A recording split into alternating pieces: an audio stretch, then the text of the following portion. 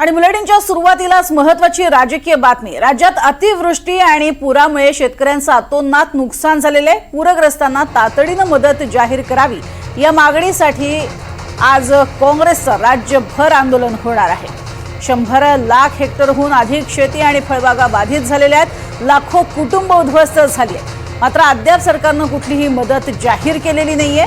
या सरकारना जागा करण्यासाठीच आता काँग्रेस आक्रमक झाली। काँग्रेस प्रदेश अध्यक्ष हर्षवर्धन सपकाळ यांच्या आदेशानुसार राज्यभरात सर्व जिल्ह्यांमध्ये काँग्रेसतर्फे मोर्चे आणि धरणं आंदोलन करण्यात येणार आहे। अधिक माहिती घेऊयात प्रवीण मुधोळकर यांच्याकडून। प्रवीण, आज राज्यभरात आंदोलन दिसणार आहेत काँग्रेसची, काय अधिक माहिती?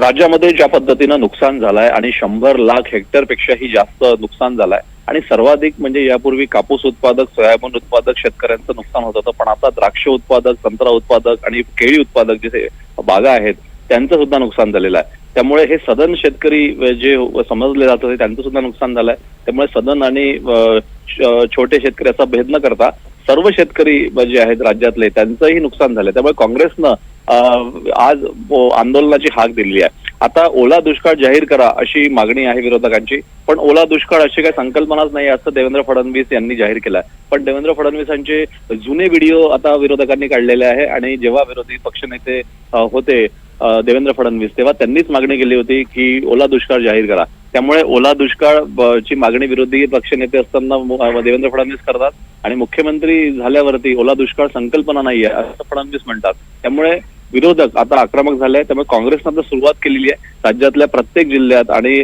तालुक्यामध्ये सुद्धा हे आंदोलन होणार आहे। त्यामुळे हर्षवर्धन सपकाळ हे कालपर्यंत संविधान यात्रेमध्ये होते आणि नंतर आता ते काँग्रेसनं आपला फोकस जो आहे आता पूरग्रस्त आणि अतिवृष्टीग्रस्त शेतकऱ्यांकडे केलेला आहे। त्यामुळे 100 लाख हेक्टर ही खूप मोठी जमीन आहे। त्यामुळे एवढ्या मोठ्या जमिनीवरती अतिवृष्टीमुळे शेतकऱ्यांचं नुकसान झालेलं आहे। त्यामुळे या प्रकरणामध्ये आता काँग्रेसचे आंदोलन आहे। त्यामुळे ओला दुष्काळ आणि बाकीचे निकष जे आहे त्या संदर्भामध्ये मागणी, घोषणाबाजी या सगळ्या आंदोलनात होणार आहे।